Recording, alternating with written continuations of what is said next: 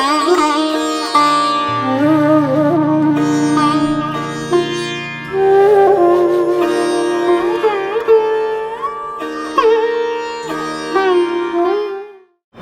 आज हम लोग सुनेंगे भक्त काक भुसुंडी की कथा। वो भी भक्त है। कैसे भक्त है जरा ध्यान से सुने। आश्चर्य हुआ कि कौवा इतना बड़ा ज्ञानी हो सकता है क्या। गोस्वामी तुलसीदास द्वारा रचित रामचरितमानस के उत्तरकांड के 51वें दोहे की तीसरी चौपाई में काक भुसुंडी का प्रसंग शुरू होता। उमा कहिया सब कथा सुहाई, जो भुसुंडी खगपत ही सुनाई। यह पवित्र कथा भगवान के परम पद को देने वाली है। इसके सुनने से अविरल अविचल अहर्निश कही वो भक्ति प्राप्त होती है, अविरल धारा बहती है, अहर्निश सुनने का मन करता है और मन में विचलन नहीं आते, अविचल भक्ति प्राप्त। तो भगवान शिव कहते हैं उमा मैंने यह सब कथा कही जो काक भुसुंडी जी ने गरुड़ जी को सुनाई थी। अब क्या बोल रहे हैं ध्यान से सुनिए। जब आप सती के रूप में नहीं रही, आपके पिता के यज्ञ में आपने योगाग्नि में अपने को जला डाला, जहां आपने मेरी अवमानना देखी, अवज्ञा देखी, तो आपको रहा नहीं गया और आपने शरीर को छोड़ दिया कि पिताजी आपने मेरे पति का अपमान किया है, ये आपके द्वारा दिया हुआ शरीर है, इस देह को मैं अभी नष्ट कर। देखिए सती का योगाग्नि में अपने को जला डाला। तो अब हमारा बिछो हो गया था, मुझे भी डिप्रेशन हो गया। तब मैं काक भुसुंडी के आश्रम गया। जो कथा हमने उनको सुनाई थी वही कथा हम उनसे सुनने के लिए गए। आपको याद है जब आप सती के रूप में थी तो मैं अगस्त मुनि के पास कथा सुनने के लिए गया था। अगस्त दो शिष्य को उन्होंने कथा सुनाई और दोनों शिष्य से उन्होंने फिर राम की कथा भी सुनी। आपने तब संशय किया था, प्रश्न किया था और आपने राम जी की परीक्षा भी ली थी जब सती थी। सती के रूप में आप मेरे साथ गई थी ऋषि अगस्त के पास, तो आपको संदेह हुआ था। दूसरी बार राम कथा हमने तब सुना जब मेरा मन विक्षुब्ध और अशांत था, डिप्रेशन में था। आपके जाने के बाद वह कथा काक भुसुंडी ने सुनाई। पार्वती जी जब पूछती है ये कौवा कब से जिंदा है, तो शिव जी कहते हैं 27 कल्प से जिंदा है। उन्होंने यह कथा गरुड़ जी को कही है। गरुड़ जी तो भगवान के सेवक है, पक्षी राज है, ज्ञानी है, विष्णु के पार्षद है, उनके वाहन है। कि आदमी को जो लोक दिखावा होता है वह बड़ा प्रभावित करता है कि बड़ा आदमी है, चमकदार गाड़ी से उतरा, बढ़िया सुटेड बुटेड है, भले ही वो भ्रष्ट हो, उसे सभी नमस्कार करते हैं। हाँ, कोई आदमी सामान्य कपड़े में है, भले ही वो ज्ञानी हो, किसी का ध्यान भी उस पर नहीं जाता भाई। इसलिए शंकराचार्य कहते हैं संसार में जो सिद्ध महात्मा रहते हैं वो पिशाच की तरह रहते हैं या बच्चे की तरह रहते हैं। शंकराचार्य बहुत गहरी बात करें, या तो पिशाच की तरह रहेगा या बच्चे की तरह रहेगा। दिगंबर यानी बिना वस्त्र के रहते हैं, इसलिए रहते हैं कि कोई उन्हें पहचान न पाए। वो अपने काम में मस्त रहते हैं। दतिया एक जगह है मध्य प्रदेश, एक साधु टाइप का आदमी लेकिन पागल की तरह, बाल बिखरे हुए, मैले कुचैले कपड़े थे, कूड़ेदान के पास रहता था। सब्जी वाले की जब सब्जी बच जाती थी, टमाटर आदि, तो उसको दे देते था और वो खा लेते थे। अब किसी ने वहाँ एक हमारे परिचित है, डिप्टी कलेक्टर है, उनको ये बातें बता दी। वो महात्मा है, पागल नहीं है, और उनसे वो डिप्टी कलेक्टर मिलने गए तो डांटा, अरे तुम यहाँ क्यों आए हो, जाओ यहाँ से। लेकिन फिर विनम्रता पूर्वक प्रणाम वणाम किए तो कुछ बात पता है। अब वो डिप्टी कलेक्टर ने किसी और को बता दिया, अब वो भी चला गया। अब डिप्टी कलेक्टर को उस महात्मा ने सपना दिखाया, देखो हम यहाँ चुपचाप रहकर अपना कर्म पूरा कर रहे हैं, उसमें व्यवधान मत डालो, मेरी चर्चा किसी से मत करो, हम पागलों की तरह इसलिए रहते हैं कि लोग हमें न जाने, हमारी साधना में विघ्न मत डालो। कहने का तात्पर्य है बाहरी वैभव देखकर, चमक दमक को देखकर लोग चमत्कृत रह जाते। इतना सुंदर महलनुमा, इतना संसाधन, इतनी भीड़, इतनी गाड़ियाँ, इतना सब लगता है बहुत बड़ा आदमी है, लेकिन पागल को कौन बड़ा आदमी समझेगा। उसी तरह तैलंग स्वामी 300 साल के बनारस के गलियों में घूमते रहे, उनको कौन बड़ा आदमी समझेगा, बहुत मुश्किल है। वही बात पार्वती जी को समझ में नहीं आई। गरुड़ जी विष्णु भगवान के पास रहते हैं, उनको क्या पड़ी काक भुसुंडी के पास जाने की। पार्वती जी को अभी तक समझ में आया कि कौवा के पास पक्षी राज क्यों गया। तो गोस्वामी जी उत्तरकांड के 53वें दोहे में कहते हैं, मुझे बहुत शंका होती कि प्रभु जो कौवे का शरीर पाकर भी ज्ञान विज्ञान में दृढ़ है, राम जी के चरणों में अत्यंत प्रेम है, वे रघुनाथ जी की भक्ति भी प्राप्त कर लिए, इसमें हमको संदेह होता है। अब तुलसीदास जी महाराज भगवत गीता की बात करते हैं, हजारों मनुष्यों में से कोई एक साधना करता है और साधना करने वाले हजारों में से कोई भगवान की साधना में दृढ़ होता है, अविचल होता है, और हजारों में से कोई एक माम व्यक्ति तत्वतः, मुझे तत्व से जान पाता है। हजार व्यक्ति में से कोई एक साधना करता है, हजार साधना करने वालों में से कोई भगवान की साधना में आरूढ़ रहता है, और उन आरूढ़ हजारों में से कोई एक मुझे तत्व से जान पाता है। भगवान कृष्ण ने गीता में अर्जुन को कहा। उसी को गोस्वामी जी कैसे कहते हैं, नर सहस्त्र मह सुनहु पुरारी, कोई एक होई धर्म व्रतधारी, धर्मशील कोटिक मह कोई, विषय विमुख विराग रत होई। हे त्रिपुरारी सुनिए, हजारों मनुष्यों में से एक धर्म के व्रत का धारण करने वाला होता है, और करोड़ों धर्मात्माओं में कोई एक विषय से विमुख, विषयों का त्यागी और वैराग्य परायण होता है। तो धर्म का आचरण करने वाला हजारों में से कोई एक होता है, जिसको वैराग्य प्राप्त हो जाए, विषय छूट जाए, काम क्रोध लोभ मोह छूट जाए, ये करोड़ों में से कोई एक होता है। श्रुति कहती है कि करोड़ों विरक्तों में कोई एक ही सम्यक यानी यथार्थ ज्ञान को प्राप्त करता है, और करोड़ों ज्ञानियों में से कोई एक ही जीवन मुक्त होता है। जगत में कोई बिरला ही ऐसा जीवन मुक्त व्यक्ति होगा, गोस्वामी जी कह रहे हैं। गोस्वामी जी आगे कहते हैं कि हजारों जीवन मुक्त में भी सब सुखों की खान ब्रह्म में लीन विज्ञानी पुरुष और दुर्लभ है। धर्म में रत व्यक्ति और वैराग्यवान ज्ञानी जीवन मुक्त और ब्रह्मलीन ये बड़े दुर्लभ है। सब ते सो दुर्लभ सुरराया, राम भगति रत गत मदमाया, सो हरि भगति काग किमी पाई, विश्वनाथ मोहि कहोईस बुझाई। इन सब में भी देवादिदेव महादेव जी वह प्राणी अत्यंत दुर्लभ है जो मद और माया से रहित होकर राम जी की भक्ति के प्राण हो। हे विश्वनाथ, ऐसी दुर्लभ हरि भक्ति को कौवा कैसे पा गया, मुझे समझाकर कहिए।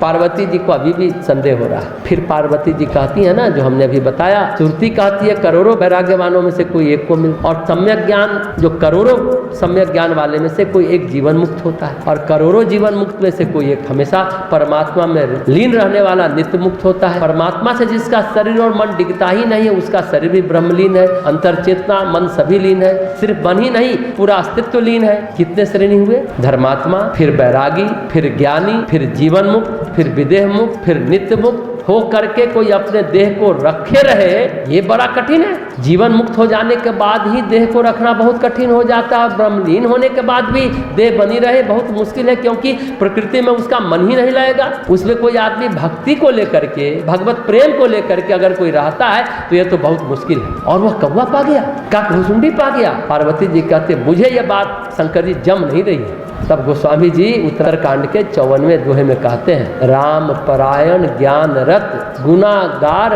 मति धीरा, नाथ कहूँ कोई कारण पायु काक शरीरा। हे नाथ कहिए, ऐसे श्री राम परायण ज्ञान रत्न गुना निधान और धीर बुद्धि भुसुंडी जी ने कौवे का शरीर किस कारण पाया। अब कारण जानना चाहती है पार्वती जी, आखिर कौवा का शरीर उसको कैसे मिला। हे कृपालु बताइए, उस कौवे ने यह पवित्र और सुंदर चरित्र कहाँ पाया। और हे कामदेव के शत्रु, यह भी बताइए शंकर जी कि आपने इसे किस प्रकार सुना।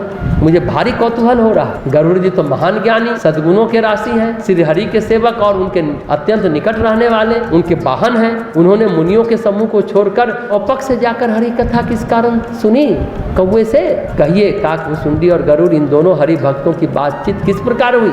पार्वती जी की सरल सुंदर वाणी सुनकर शिव जी सुख पाकर आदर के साथ आगे बोलते हैं। लेकिन पार्वती जी को कितना अचरज हो रहा है। वो कहते, हे नाथ, ये राम जी के परायण है, ज्ञानी है, गुणों के धाम है, धीर बुद्धि है, इतने गुण संपन्न है, तो फिर ये कौवा क्यों बन गए। अरे पक्षियों में कौवा तो चांडाल पक्षी कहलाता है, सबसे निकृष्ट पक्षी कौवा माना जाता है। कौवा गरुड़ जी महाराज को कथा सुना रहा है। ऋषियों के पास, मुनियों के पास, महात्मा के पास गरुड़ जी नहीं गए, गरुड़ जी कौवा के पास गए। ये तो बड़ा विचित्र बात है। तब गोस्वामी जी कहते हैं कि धन्य सती पावन मति तोरी, रघुमति चरण प्रीति नहीं थोड़ी, सुनहु परमा पुनीत इतिहासा, जो सुनी सकल लोक ब्रह्मनाश। हे सती, तुम धन्य हो, तुम्हारी बुद्धि अत्यंत पवित्र है। श्री रघुनाथ जी के चरणों में तुम्हारा कम प्रेम नहीं है, अत्यधिक प्रेम है। अब वह परम पवित्र इतिहास सुनो, जिसके सुनने से सारे लोक के भ्रम का नाश हो जाता है। शंकर भगवान कहते हैं कि गरुड़ जी को तो हो गया था मोह, आपकी तरह उन्हें भी मोह व्याप गया था। आपके मन में तो राम जी के परीक्षा का भाव आया था। जो आपकी हालत हुई थी वही गरुड़ जी की हालत हो गई थी। गरुड़ जी की समस्या और सती जी की समस्या एक है। ऐसा इसलिए है, गरुड़ जी को लगा तो जो भगवान है उनको एक साधारण राक्षस मायावी नागपाश में बांध लिया और उनका बंधन छुड़ाने के लिए हमको आना पड़ा। आपके मन में भी तो यही आया था ना सती जी, कि जो परब्रह्म परमात्मा है वो अपनी पत्नी सीता के बिछों में रो रहे हैं, मारे मारे फिर रहे, तोता मैना से पूछ रहे हैं, ये कैसा भगवान है जो अपनी औरत के लिए रोता रोता मारा मारा फिर रहा है। तो आपकी समस्या और गरुड़ जी की समस्या एक ही थी, लेकिन भगवान इतनी आसानी से पहचान में आ जाए तो बात ही बदल जाए। वो सबके हृदय में रहता है, लेकिन किसी किसी को पहचान में आता है, सबको पहचान में नहीं आता। तो पार्वती जी को शंकर जी ने कहा, तुम भी हमारे पास रहती हो, कैलाश में रहती हो, शक्ति स्वरूपा हो, तुमको कैसे मोह हो गया था, उसी तरह गरुड़ जी को हो गया। तुमको उस समय समझ में नहीं आया था कि राम भगवान है, उसी तरह गरुड़ जी को भी समझ में नहीं आ रहा है कि यह अवतार है। वे भी भ्रम में पड़े हुए हैं। गरुड़ जी पहले ब्रह्मा जी के पास गए थे, फिर मेरे पास आए थे। भगवान शिव ने उन्हें कहाँ भेज दिया था भ्रम दूर करने के लिए काकभूषुंडी के पास। पक्षी खग जाने खग की भाषा। तो सबसे पहले काकभूषुंडी ने अपनी कथा अब गरुड़ जी को सुना रहे हैं कि मैं भी बड़ा मारा मारा फिरा हूँ, आपको हम अपने जन्म जन्म की कथा सुनाते हैं। गोस्वामी जी उत्तरकांड के 104वें दोहे के बाद की चौपाई में काकभूषुंडी की कथा कहते हैं कि गयु उजनी सुनु उर्गारी, दीन मलिन दरिद्र बुखारी, गाँव काल कछु संपत्ति पाई, कहाँ पुनि करऊँ शंभु सेवकाई। क्या कहते हैं? हे सर्पों के शत्रु गरुड़ जी सुनिए, मैं दीन था, मलिन था, उदास था, दरिद्र था, दुखी था और उज्जैन में रहता था। कुछ काल बीतने पर कुछ संपत्ति पाकर फिर मैं वहीं भगवान शंकर की आराधना उज्जैन में महाकाल में करने लगे। वहाँ एक ब्राह्मण देवता मिले, उन्होंने मुझे मंत्र दिया, मंत्र का जाप किया, उससे मुझे शक्ति आई। एक बार गुरु जी ने मुझे बुला लिया और बहुत प्रकार से परमार्थ नीति की शिक्षा दी कि हे पुत्र, शिव जी की सेवा का फल ये कि श्री राम जी के चरणों में प्रगाढ़ भक्ति हो। हे तात, शिव जी और ब्रह्मा जी भी मेरे श्री राम जी को ही भजते हैं, फिर नीच मनुष्य की तो बात ही कितनी है। ब्रह्मा जी और शिव जी जिनके चरणों के प्रेमी हैं, उस अभागे उनसे द्रोह करके तू सुख चाहता है। गुरु जी अब उसको कह रहे हैं। गुरु जी ने शिव जी को हरि का सेवक कहा। यह सुनकर पक्षीराज मेरा हृदय जल उठा। नीच जाति के मैं विद्या पाकर ऐसा हो गया जैसे दूध पिलाने से साफ हो जाता है, वही मैं हो गया। मैं तो नीच जाति का था और थोड़ा ज्ञान पा लिया तो सोचते ने शंकर जी बने, राम जी के चरणों में मेरा हृदय जल गया। जैसे सांप को दूध पिलाने से क्या होता है और जहर उगलता है, इसलिए नीच बुद्धि वाला व्यक्ति, नकारात्मक व्यक्ति को विद्या दे दिया जाए तो क्या होगा। आज भी सबके मन में संशय रहता है कि दुर्गा जी बड़ी या काली माता, गायत्री माता बड़ी या संतोषी माता, जबकि कोई बड़ा या छोटा नहीं है, सभी पूर्ण के अंश हैं, इसलिए सभी पूर्ण है। ये बात हम सबों को जानना चाहिए। नहीं हमको तो दुर्गा जी पसंद है। हमको एक बोला आई लाइक हनुमान हमके बहुत अच्छी बात है, आप हनुमान जी को पसंद करिए, बहुत अच्छी बात। गरुड़ जी को वो कहते हैं कि गुरु जी हमारे हित की बात कहते थे। काकभूषुंडी कह रहे हैं गरुड़ जी को, पर मुझे वो अच्छी नहीं लगती। आगे गोस्वामी जी उत्तरकांड के 106वें दोहे में कहते हैं, एक बार हर मंदिर जपत रहूं शिव नाम, गुरु आयु अभिमान तय उठी नहीं किन्हीं प्रणाम। एक दिन मैं शिव जी के मंदिर में शिव नाम का जप कर रहा था, उसी समय गुरु जी वहाँ आए, पर अभिमान के मारे मैंने उठकर उनको प्रणाम नहीं किया। ये बात सभी लोगों को सोचना चाहिए और ध्यान से सुनिए। भक्तापराध की बात हमने कही थी, यहाँ पर वही बात फिर से आ रही है।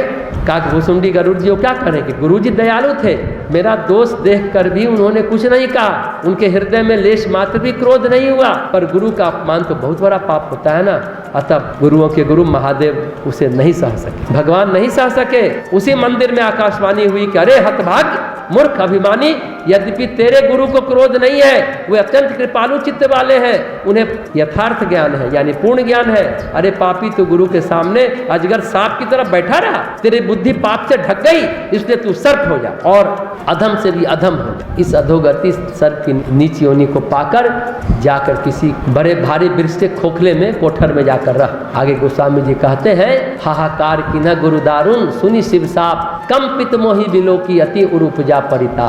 शिव जी का भयानक साप सुनकर गुरु ने ही हाहाकार किया, कांपते हुए कहा, देख करके उनके हृदय में चूंकि बड़ा संताप हुआ, वो कहते हैं गुरु ने दंडवत नमन किया और हाथ जोकर शिव जी के सामने गदगद स्वर में विनय करने लगा, विनम्रता पूर्वक प्रार्थना कर लेगा और कहा कि हे प्रभु, मेरे इस घोर शिष्य की गति को समझिए। विनती करने लगे। जो स्तुति गाई उन्होंने गोस्वामी जी उसे छंद के रूप में कहते हैं, जो बहुत फेमस है, आप लोग भी सुनेंगे और सुनते ही रहते हैं। नमामि शमीशा निर्वाण रूपम विभुम व्याकम ब्रह्म वेद स्वरूपम निज निर्गुण निर्विकल्पम निरीहम चिदाकाश माकाश वासम भजे हम। आप सुनते हैं ना, नमामि शमीशान। यही काकभूषुंडी जी के गुरु ने जब काकभूषुंडी को श्राप दिया था, तब उनके गुरु ने विनम्रता पूर्वक यह प्रार्थना की थी कि हे मुक्त स्वरूप विभु सर्वव्यापी व्यापक ब्रह्म और वेद स्वरूप ईशान दिशा के ईश्वर।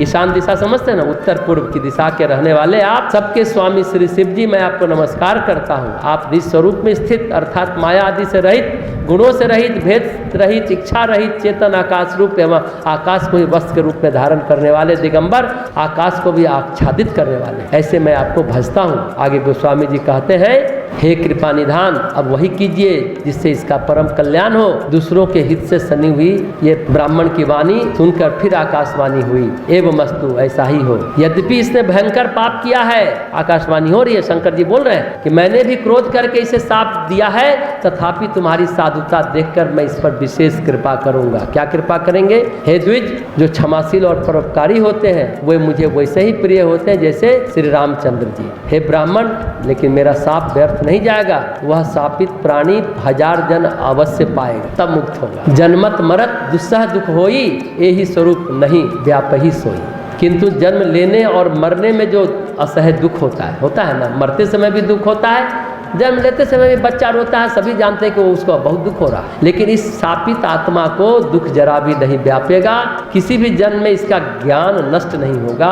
हे मेरा प्रमाणिक सत्य वचन सुन, शुद्र इस बात को सुनो, मतलब गद्दी मती वाले, किसी भी जन्म में इसे लेकिन ज्ञान नहीं मिलेगा, जितना बुद्धि है उतना ही रहेगा। इसको मालूम रहे कि हमने ये गलती की थी, अपने गुरु को देख के अनादर किया था और आगे गलती नहीं करनी है। 1000 जन्म में यही सोचता रहेगा कि मुझे सही रास्ते चलना है, 1000 जन्म भटकने पर फिर इसे एक जन्म मिलेगा।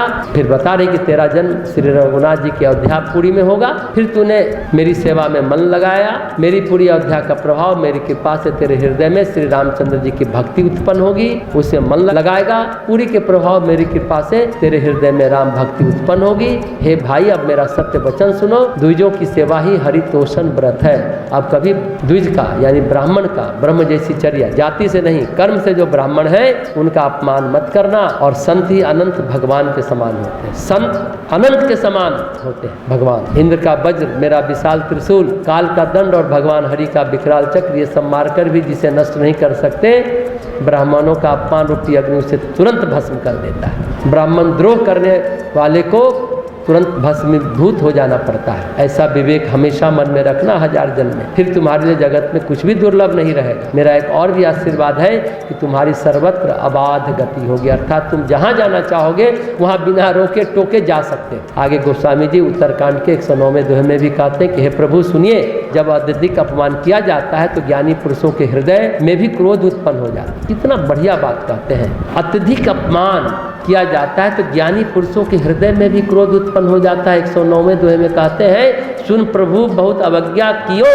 उपज क्रोध ज्ञानिन के हियो, अति संघरवन जौ कर कोई, अनल प्रगट चंदन ते हुई। मतलब ज्यादा से ज्यादा बार बार अपमान करेंगे तो ज्ञानी पुरुष के हृदय में भी क्रोध उत्पन्न होता है। जैसे चंदन की लकड़ी को भी बहुत रगड़ा जाए तो उसमें से भी अग्नि प्रकट हो जाती है। क्या उपमा देते हैं गोस्वामी जी, कहाँ से कहाँ बात को लाते हैं। देखिए, ज्ञानी को बहुत ज्यादा अपमानित करेंगे तो उसके हृदय में भी क्रोध आएगा, चंदन की लकड़ी को भी बार बार रगड़ते रहेंगे तो उससे भी अग्नि प्रकट हो जाएगी, जबकि चंदन शीतल होता है। गोस्वामी जी कहते हैं फिर आगे, त्रिजगा देव नरजोर तनु धरऊं, तहाँ तहाँ राम भजन अनुसरऊं। त्रियक योनि, पशु पक्षी की योनि को त्रियक योनि कहते हैं। देवता या मनुष्य का जो भी शरीर धारण करता है उस शरीर में श्री राम जी का भजन जारी रखना।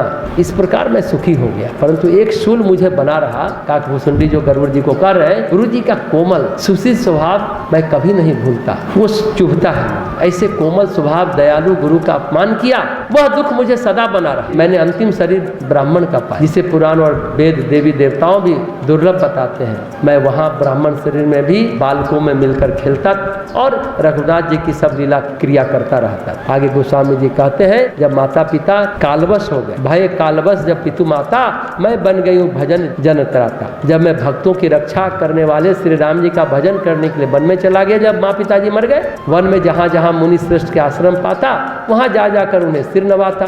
हे गरुड़ जी, काकभूषुंडी कर है, उनसे मैं श्री राम जी के गुणों की कथाएं पूछता, वे कहते और मैं हर्षित होकर सुनता। फिर श्री हरि की गुण गाथा का अनुवाद करता यानी गान करता। यह सब कुछ मुझे अडिग गति श्री शंभु जी के प्रसाद से प्राप्त हुआ, यानी महादेव की कृपा से मुझे मिला। इसी क्रम में मैं भटकता रहा। आगे गोस्वामी जी कहते हैं कि मेरी तीनों प्रकार की, पुत्र की, धन की और मान की गहरी प्रबल वासनाएं छूट गई। छूटी त्रिविध इसना गाढ़ी, एक लालसा और अति बाढ़ी। लेकिन एक लालसा अत्यंत बढ़ गई कि जब श्री राम जी के चरण कमलों के दर्शन करूं, अपना जन्म सफल मानूं। जब श्री राम जी के चरण कमल के दर्शन होंगे, गोस्वामी जी आगे कहते हैं, गुरु जी के वचनों का स्मरण करके मेरा मन श्री राम जी के चरणों में लग गया। मैं क्षण क्षण नया नया प्रेम प्राप्त करता हुआ श्री रघुनाथ जी का यश गाता फिरता था। सुमेरु पर्वत के शिखर पर बड़ की छाया में लोमस मुनि बैठे थे। असली कथा अब शुरू होती, कौआ बना कैसे। उन्हें देखकर मैं उनके चरणों में सिर नवाया और अत्यंत दीन वचन कहे। हे पक्षीराज, मेरे अत्यंत नम्र और कोमल वचन सुनकर कृपालु मुनि मुझसे आदर के साथ पूछने लगे, हे ब्राह्मण, आप किस कार्य से यहाँ आए हैं? तब मैंने कहा, हे कृपानिधि, आप सर्वज्ञ हैं और सुजान है। हे भगवान, मुझे सगुण ब्रह्म की आराधना की प्रक्रिया कहिए। ब्रह्म का उपदेश देने लगे फिर पक्षीराज को, ब्रह्म विद्या बताने सिखाने लगे। और मैं कहता हूँ कि मुझे ब्रह्म विद्या समझ में नहीं आ रही, मुझे तो आप भक्ति की बात बताइए। मुनि बार बार क्रोध सहित ज्ञान का निरूपण करने लगे और मैं बैठा बैठा यह सोच रहा है कि इतना गुस्सा क्यों कर रहे हैं। लोमस ऋषि ये बात कर रहे हैं, हे प्रभु सुनिए, बहुत अपमान करने पर ज्ञानी के हृदय में भी क्रोध उत्पन्न हो जाता है। यदि कोई चंदन की लकड़ी को बहुत अधिक रगड़े तो उसमें भी अग्नि प्रकट हो जाएगी।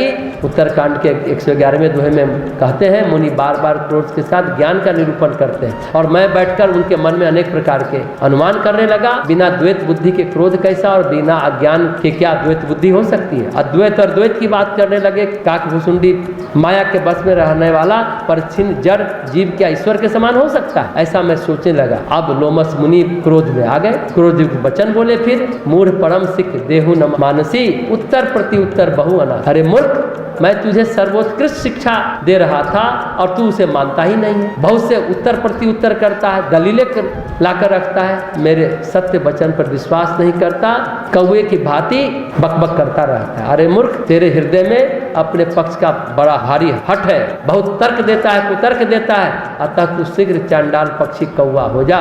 मेरे आनंद के साथ मुनि के सांप को सिर पर चढ़ा लिया। कौवा बोलता है कि मैंने आनंद के साथ मुनि के सांप को सिर पर चढ़ा लिया, उससे मुझे न कुछ भय हुआ, न दीनता ही आई, हीनता भी नहीं आई। अब लोमस मुनि के श्राप से मैं कौवा हो गया, लेकिन मुझे गुस्सा नहीं आया, इसमें दोष ऋषि का नहीं था। मैं श्री राम जी का स्मरण करके हर्षित होकर उड़ चला। आगे गोस्वामी जी कहते हैं, काकभूषुंडी ने पक्षीराज को कहा, सुनिए, इसमें ऋषि का कोई दोष नहीं था। रघुवंश के विभूषण राम जी ही सबके हृदय में प्रेरणा करने वाले हैं। कृपा सागर प्रभु ने उस लोमस मुनि के बुद्धि को भुलावा देकर मेरे प्रेम की परीक्षा ली। बुद्धि को भोला बना, मतलब भुला दिया, और मेरे प्रेम की परीक्षा ली कि राम के चरणों में कितना प्रेम है। तब प्रभु श्री राम जी ने मुझे दास के रूप में जान लिया। तब भगवान ने मुनि की बुद्धि फिर पलट दी। ऋषि ने मेरा महान पुरुषों जैसा स्वभाव देखा। पुरुषों का स्वभाव मतलब धैर्य, बिना क्रोध वाला, विनम्रता वाला स्वभाव श्री राम जी के चरणों में विश्वास देखा।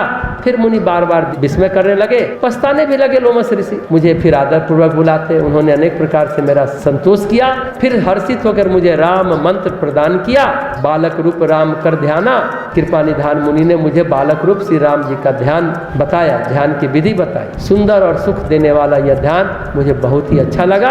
वह ध्यान मैं आपको पहले ही सुना चुका हूँ। तुम कौवा हो, बालकों के हाथ से छीन छीन कर खाते हो, भगवान का बालक रूप में ध्यान करो। फिर मुझको समझ में आ गया कि मुझे भगवान के बालक रूप का ही ध्यान करना है। तो आगे गोस्वामी जी उत्तरकांड के 113वें दोहे में कहते हैं, सदा राम प्रिय हो तुम सुगुण भवन अमान। तुम सदा राम जी को प्रिय हो और कल्याण रूप गुणों के धाम रहो। मान रहित इच्छानुसार रूप धारण करने में समर्थ रहो। तुम्हें इच्छा मृत्यु यानी जब चाहो तभी शरीर त्यागो वाला वरदान प्राप्त हुआ और ज्ञान वैराग्य के भंडार बने रहो। कितना बड़ा, इसलिए 27 कल्प से शिव जी बता रहे हैं पार्वती जी को कि 27 कल्प से जिंदा है। इतना ही नहीं, श्री भगवान का स्मरण करते हुए तुम जिस आश्रम में निवास करोगे वहाँ 1 योजन का मतलब समझते हैं कितना होता है? 4 कोस। 4 कोस कितना होता है किलोमीटर में या मील में? 12 किलोमीटर। काकभूषुंडी के जी के पास वही है, अज्ञानी रुकी रहेगा नहीं। कितना? 12 किलोमीटर तक माया नहीं, मोह नहीं, भ्रांति नहीं,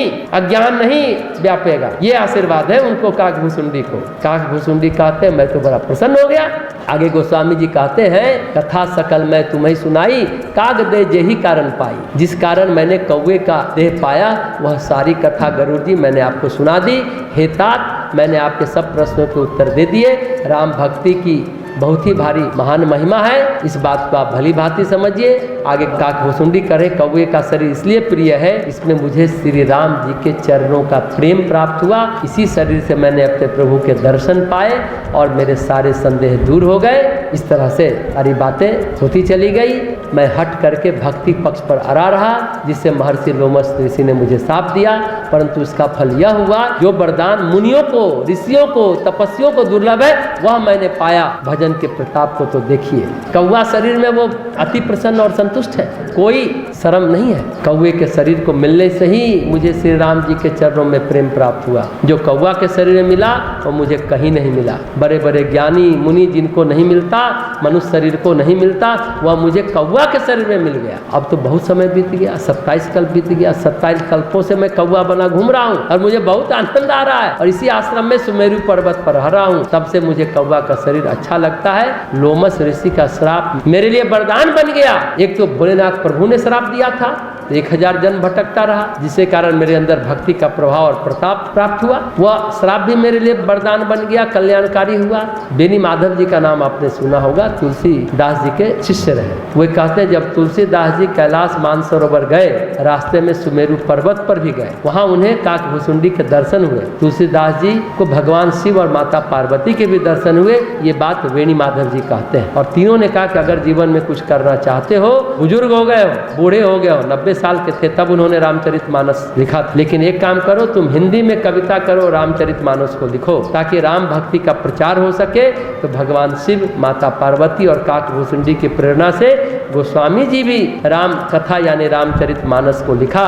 काकभूषुंडी का प्रभाव गोस्वामी जी पर भी पड़ा। बेनी माधव जी ने लिखा है कि काकभूषुंडी एक छोटे काले काले बालक के रूप में कभी कभी तुलसीदास जी को भी उस समय दर्शन दिया करते थे जब वो रामचरितमानस लिखते थे।